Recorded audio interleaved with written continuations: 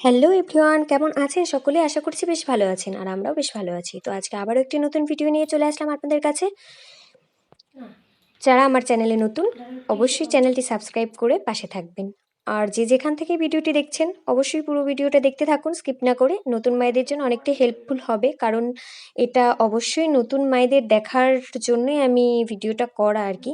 কারণ আমি আজকে শেয়ার করতে চলেছি আমার 12 to 14 মান্থ বেবির ডেইলি রুটিন। ও সকালের ব্রেকফাস্ট থেকে রাতের ডিনার পর্যন্ত কি খাবার খাওয়াই ওকে, কবার খাওয়াই, কিভাবে ওর যত্ন করি, পুরোটা আজকে আপনাদেরকে শেয়ার করব। কখন ও ঘুমোয়, কখন খেলাধুলো করে, কতটা পরিমাণে কি করে, সবটা আজকে আপনাদেরকে শেয়ার করব। তো দেখুন, এখন 8টা মতো বাজে সকাল। তো ও আগের দিন রাতে একটু দেরি করে ঘুমোয় জন্য, যেহেতু শীত পড়েছে এখন, সেজন্য একটু লেট হয়ে যায় আর কি সকালবেলা ঘুম থেকে উঠতে। আর ওর আগের দিনের বাসি জামা কাপড়গুলো আমি এখন ছাড়িয়ে নিচ্ছি। মাথাতে একটু হালকা তেল দিয়ে চুলটা আঁচড়ে দিলাম, আর মুখটা ভালো করে একটা সুতির কাপড়ের টুকরো দিয়ে গরম জল দিয়ে মুছিয়ে নিলাম। আমি ওকে প্রতিদিন জলের বোতলটা বাসি বিছানাতেই হাতে ধরিয়ে দিই, ও জলটা একাই নিজে নিজে খেয়ে নেয়। দেখুন, এখন বাজে 8:30, 8:45 মতো এখন বাজে আর কি। আমি ঘরে বানানো সেরেলাকটা এখন ওকে দেব। কারণ প্রথম খাবারটা আমি ওকে একটু ভারী ধরনেরই দিই, যাতে অনেকটা সময় থাকে আর কি পেটে। তো আমি বাজারের কেনা সেরেলাকটা অনেক সময় ব্যবহার করি, আবার বেশিরভাগ ক্ষেত্রে আমি বাড়িতে ঘরে বানিয়ে নিই। তো তোমরা যদি কেউ দেখতে চাও আর কি, যে ঘরে আমি কীভাবে ওর সেরেলাকটা বানাই, তো অবশ্যই একটা নতুন এক্সট্রা ভিডিও করে তোমাদেরকে দেখাবো। কমেন্ট করো অবশ্যই। তো দেখো, ওকে আমি খাওয়াতে বসলে সব থেকে বিরক্ত হই, কারণ সবারই, অনেকেরই বাচ্চা আছে জানো, বাচ্চারা সব ঠিকঠাক করবে, কিন্তু যখন খেতে বসাবে বাচ্চাদের, মাথাটা গরম হয়ে যাবে প্রচণ্ড। কারণ বাচ্চারা একদমই, মানে অন্য সময়ে সব ঠিকঠাক করলেও খাওয়ার সময় প্রচণ্ড বায়না করে। জানি না কার বাচ্চা কেমন, কিন্তু আমার বাচ্চা তাই করে। দেখো, ওকে আমি খাওয়াতে বসে গেছি, আর ও পুরো শুরু থেকেই শেষ পর্যন্ত মাথা দিয়ে না না করেই যাবে, কারণ একটুকু খেতে চাইছে না। আর আমি ওকে যতবার খাওয়াবো, মানে খাওয়াতে নেব, ও প্রত্যেকটা বার এইভাবেই খাবে। ও ভালো মুড নিয়ে কখনো খায় না। জানোই তো, খাবার ঠিকঠাক না খেতে চাইলে মায়েদের প্রচণ্ড টেনশন হয়। আর দেখো, এখন এরপর সকালের খাওয়া দাওয়া কমপ্লিট হয়ে যাওয়ার পর এখন 12টা মতো বাজে। আমি এখন ওর জন্য একটা ফলের পিউরি, যে কোনো ফলের পিউরি এখন আমি ওকে এই টাইমে দেবো আর কি। তো যেহেতু ওটা 8:30, 8:45 থেকে 9টার মধ্যে সকালের ভারী খাবারটা আমি দিই, এরপর 12টা, 12:30টায় আমি ওকে একটা ফলের জুস, ফলের পিউরি দিই।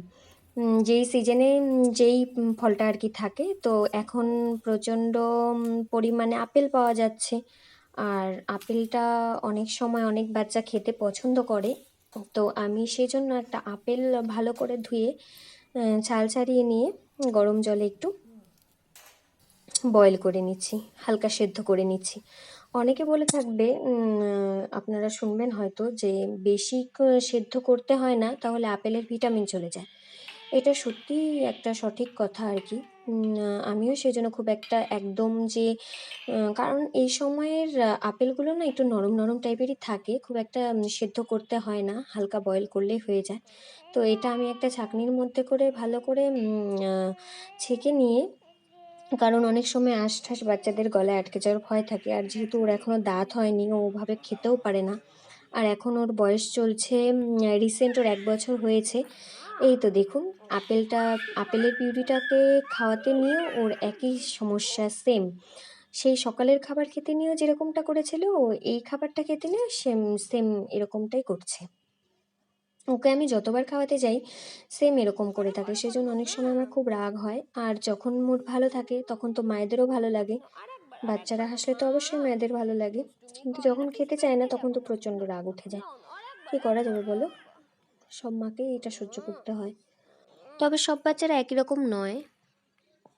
আমি ওর দুপুরের খাবারটা আমি ওকে 12টা থেকে 12:30টার মধ্যে দিয়ে দেওয়ার আর কি চেষ্টা করি। বাট কয়েকদিন আবার হয়ে ওঠে না, এই টাইমটা একটু লেট হয়ে যায়। বুঝতেই তো পারছো, সংসারে কাজকর্ম থাকে। তো দেখো আমি জলটা গরম করতে বসিয়ে দিয়েছি একটা প্যানের মধ্যে করে। এরপর আমি কিছু সবজি নিয়েছি। আজকে আজকে ঘরে খুব বেশি সবজি ছিল না, তো যা যা ছিল তো তাই দিয়ে আর কি আজকে করব দুপুরের খাবারটা। তো দেখো আমি সবজিগুলো কেটে নিয়েছি। এখানে আছে আলু, আগের আর কি আজকে ঘরে যে তরকারি হবে তার জন্য আলু সেদ্ধ করা ছিল, তো আলুটা নিয়ে নিয়েছি। আর কয়েক টুকরো গাজর আর হচ্ছে পালং শাক নিয়ে নিয়েছি। এটা দিয়ে দিচ্ছি। তারপর আজকে আমি এত সব খেলনা নিয়ে খেলা করছিল, আর আমি এইদিকে খাবারটা চটজলদি বানিয়ে নিচ্ছি। তো দেখো এখানে আমি নিয়ে নিয়েছি ডালিয়া আর হচ্ছে মুসুর ডাল, অল্প কয়েকটা মুসুর ডাল আর ডালিয়া নিয়ে নিয়েছি। কারণ ওকে ডাক্তারবাবু বলেছে ওর গলা ইনফেকশন হচ্ছে, সেজন্য আর কি বলেছে ওকে যতটা পাতলা খাবার গলিয়ে খাবারটা অনেকটা পেস্ট করে একদম পাতলা বানিয়ে দিতে, যাতে ওর গিলতে সুবিধা হয়। কারণ শক্ত থাকলে না ও খেতে চায় না, কারণ ওর গলাতে ইনফেকশন হয়েছে, বুঝতেই পারছো বাচ্চা মানুষ। সামান্য পরিমাণ নুন দিয়ে দিচ্ছি, কারণ ডাক্তারবাবু বলেছে যে বাচ্চা যতই হোক খেতে চায় না কেন, কারণ অনেক সময় বাচ্চার গার্জিয়ানরা কী করে খাবার বানানোর সময় না নুন হলুদ কিছু দিতে চায় না, তাহলে কি আর বাচ্চার মুখে টেস্টটা বাচ্চা পাবেই না, সেই জন্য ও খেতে চায় না। তো এর আগে আমি যখন দেখাতে গিয়েছিলাম ওকে, তখন বলেছিল ডাক্তারবাবু ওর খাবারটাও স্বাদ মতো বানাতে, তেল হলুদ নুন সব কিছু দিয়ে খাবারটা বানাতে। আজকে হলুদ ছাড়াই ওর জন্য খাবারটা বানাবো। আর হলুদ দিচ্ছি না, শুধু নুন দিয়ে, আর নামানোর আগে একটু ঘি দিয়ে দেবো। ওর দুপুরে লাঞ্চটা এখন রেডি হয়ে গেছে। এরপর আমি চলে আসলাম ওকে একটু গায়ে তেল মাখাতে, কারণ স্নান করাবো।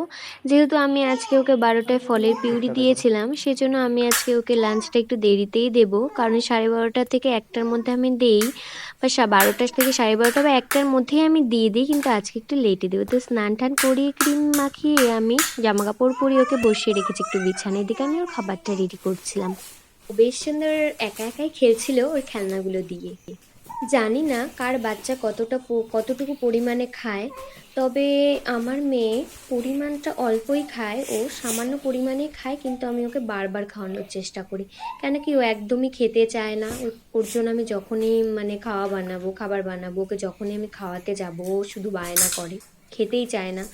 সে তুমি যাই বানিয়ে আনো না কেন। আর একটা কথা কি, আমি ওকে সব সময় একই খাবার দিই না, প্রতিদিন একই খাবার দিই না।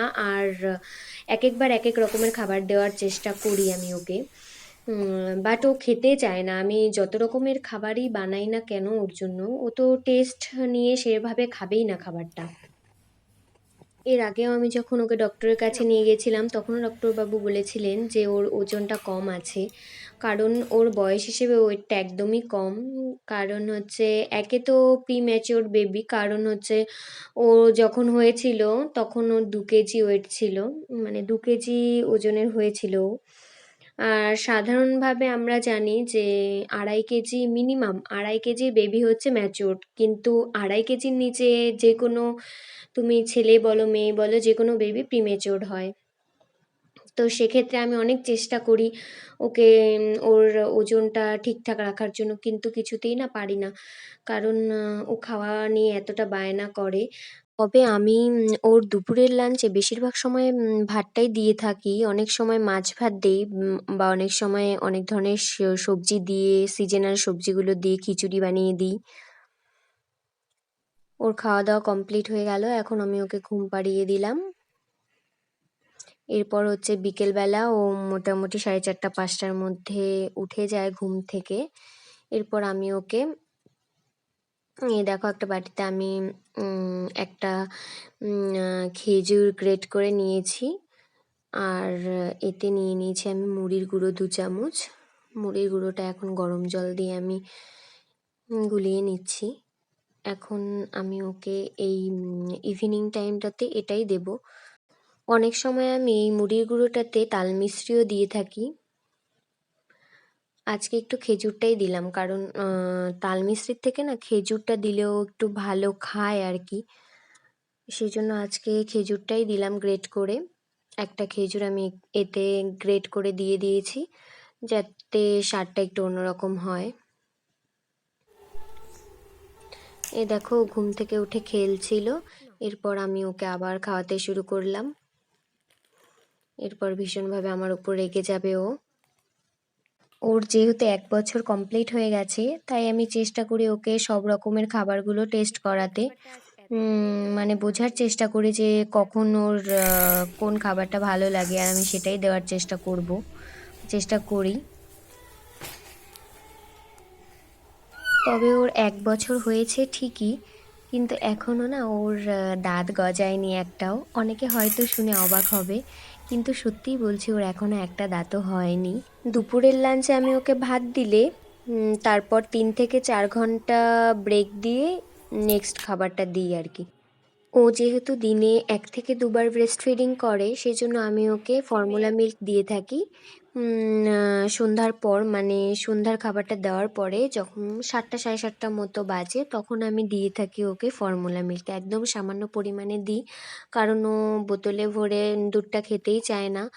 আমি ওকে বসিয়ে চামচ বাটিতে করে খাওয়াই যতটুকু পারি। মানে এভাবেই খাওয়াই আমি, বা কোলে নিয়েও খেতে চায় না। আমি ওকে ওভাবেই খাওয়াই বসিয়ে চামচ বাটিতে করে। হয়তো অনেকের বাচ্চা ১ বছরের আগেই হাঁটা শিখে গেছে, কিন্তু আমার মেয়ে এখনও পুরোপুরি হাঁটা শেখেনি। ওর ১ বছর হয়েছে ঠিকই, কারণ ও এখনও কিছু একটা ধরে দাঁড়িয়ে ১-২ পা করে হাঁটে, এই ব্যাস। আর পুরোপুরি এখনও হাঁটা শেখেনি। এরপর ওর খেলাধুলা শেষ করে ওকে আমি আবার ঘুম পাড়িয়ে দিলাম। আজকে সকালে যেহেতু আমি ওকে সেরিল্যাক দিয়েছিলাম, তো রাতে ভাবছিলাম যে ওকে আমি একটু সুজি বানিয়ে দেবো। অনেক সময় কী করি, আমি সকালবেলা সুজিটা দিয়ে থাকি, আর রাতে ঘুমানোর আগে যে খাবারটা খায় সেটা আমি সেরিল্যাকটা দিয়ে থাকি। তো আজকে যেহেতু সেরিল্যাকটা আমি সকালে দিয়েছি, সেজন্য আমি এখন রাতের খাবারটা ওর সুজিটা বানাচ্ছি। তো দেখো সুজিটা আমি কিভাবে বানাচ্ছি। আমি সুজিটা প্রথমে একটু একটা প্যানের মধ্যে করে হালকা ভেজে নিচ্ছি। যেহেতু বাচ্চাদের যে কোনো খাবার একটু ধুয়েই দেওয়া উচিত, কারণ না ধুয়ে দেওয়া একদমই উচিত নয়। বড়দের ব্যাপারটা আলাদা। সেজন্য আমি কি করছি, আমি একটু হালকা ভেজে, আবার না ভেজে দিলেও মানে জিনিসটা কেমন পিছলে ধরনের হয় খাবারটা আর কি, সুজিটা। সেজন্য খেতেও চায় না অনেক সময় বাচ্চারা। আমি ট্রাই করেছি সব রকমভাবেই। তো আমি আজকে সুজিটা হালকা ভেজে নিয়ে তারপর জল দিয়ে ২-৩ বার জল দিয়ে, জলটা ফেলে দিয়ে আর কি, সুজিটাও আমার ধোয়া হলো, পরিষ্কার হয়ে গেল। তো ধুয়ে নিয়ে তারপর লাস্টবার জলটা দিয়ে বসিয়ে দিলাম আবার। তারপর দেখো সুজিটা সেদ্ধ হয়ে আসলে আমি একটু এতে আমি দিয়ে দিব তাল মিছরির গুঁড়ো। তারপর তাল মিছরি গুঁড়ো দিয়ে দেওয়ার পরে নামানোর আগে হালকা করে আমি ফর্মুলা মিল্ক গুলিয়ে নিয়েছি, সেটা দিয়ে দেবো। এবার ফ্লেমটাকে হালকাতে দিয়ে আমি একটু নাড়িয়ে চাড়িয়ে নামিয়ে নেব। দেখো সারাদিন পর মাম্মাম পাপাকে পেয়ে খুব খুশি। পাপার সাথে খুব একটু দুষ্টুমি করছিল আর কি। তো চলো আমার ভিডিওটা পুরোটা দেখো, রিকোয়েস্ট রইলো। তো কেমন লাগে অবশ্যই কমেন্টে জানিও। টাটা।